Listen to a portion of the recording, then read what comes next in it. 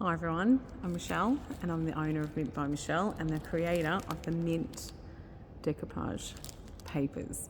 And I'm here today to run you through how you're going to get the best results.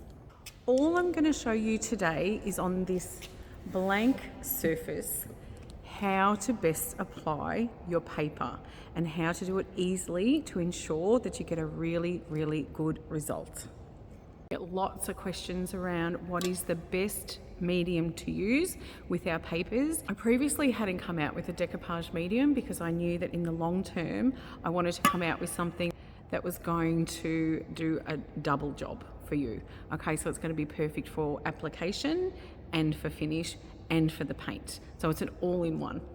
Outside of that, honestly, a really good decoupage medium, a good quality decoupage medium from a company who makes a decoupage medium. So something specifically designed for that. You don't want it to be too thick. Too thick is your enemy. Too thick is the problem almost always for why people get a lot of oversaturation with their papers, and why then that oversaturation leads to lots of wrinkles and sometimes tearing in the paper, because people are then continuing to try to fix the issues where it's too wet at that point, and then the paper will tear. The consistency that you're looking for in a medium, an applicator, a glue, anything like that, a thinner sort of wallpaper glue, something that's going to apply your decoupage, is something like this.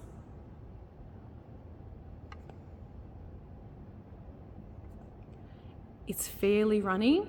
You want it to be relatively thin without being watery.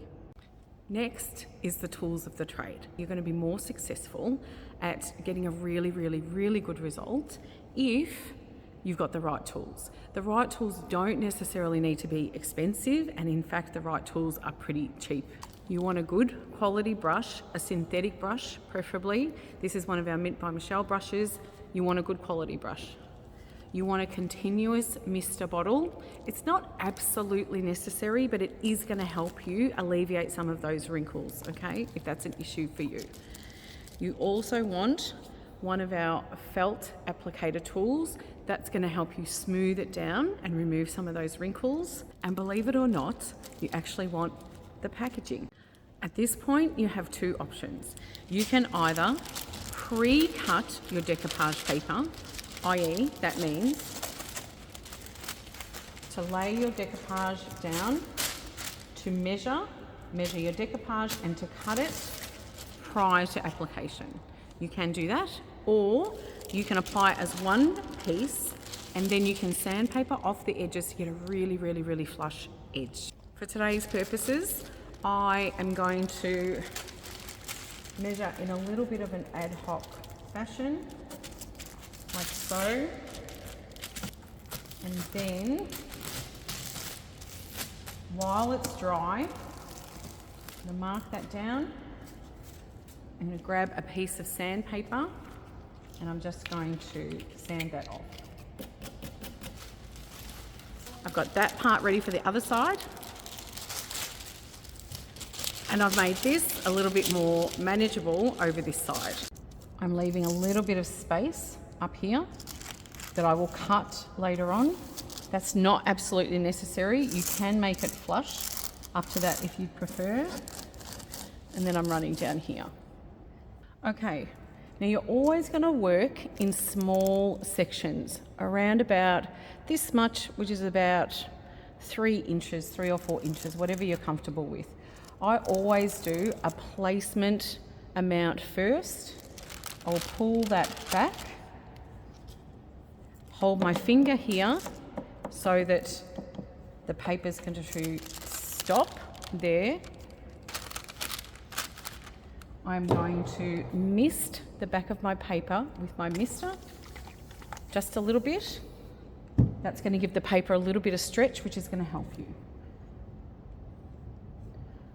I'm going to get about this amount of the product and apply it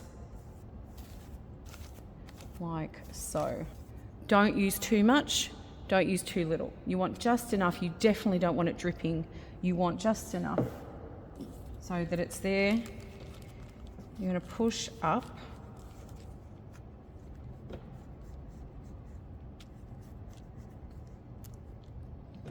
You've got one placement already. Okay, so that's going to help you. So just get it placed, move it, get it exactly where you want it, and then just start rubbing down. This paper will come up if you need it to come up. So if you've done something wrong, you can pull it back, and that's okay. Just say, if you're going to pull it back, make sure that you apply more medium, because the medium will come off with the paper.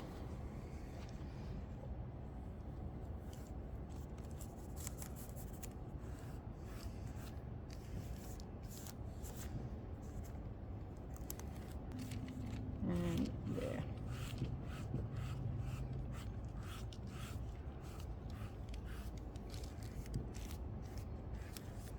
Now, because my paper is placed, I can really take my time and concentrate on what I'm doing. Okay, so I can get the other one, whatever you're comfortable with, all right? You can get this, and you can work that a little bit more to work out a few of those tiny, tiny little wrinkles that are in there. And you can be a little bit more firm with your tool because there's a barrier in between.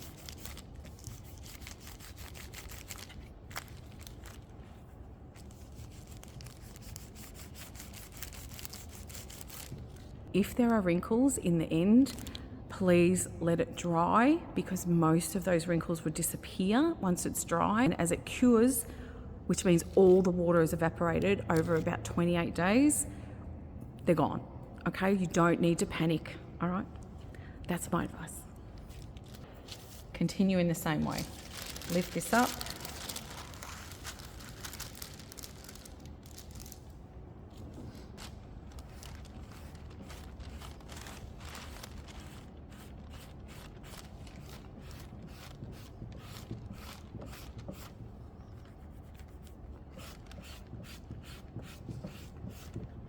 Another question that we get asked all the time is about the folds in the paper.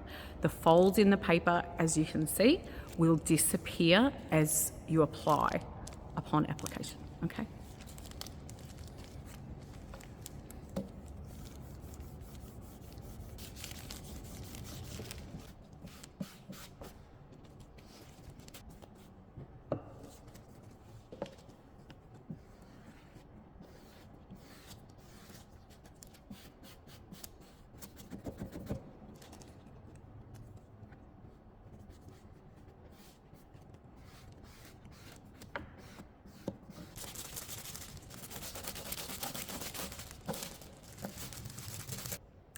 And that, my friends, is it.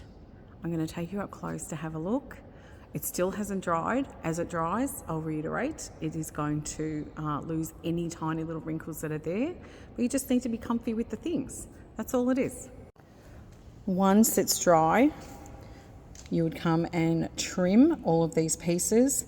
I suggest you wait till it's absolutely dry before you do that, and around the side here. Otherwise, the paper is prone to tearing rather than cutting. Okay, so you're going to wait. You'd fix up places like that, cut those off. But all in all, and that's wet still, okay? It's not crazy damp. That is so important. So I can rub my fingers on it and I know it's not going to tear. I can certainly feel that it's wet, but it's not going to tear. And that is what you want. Wait till it's really dry. Any of these tiny little wrinkles here, they will come out as it dries, and the end. You'll have a gorgeous finished piece. And that's it. Don't be panicked about it at all. We're here to help. Thank you.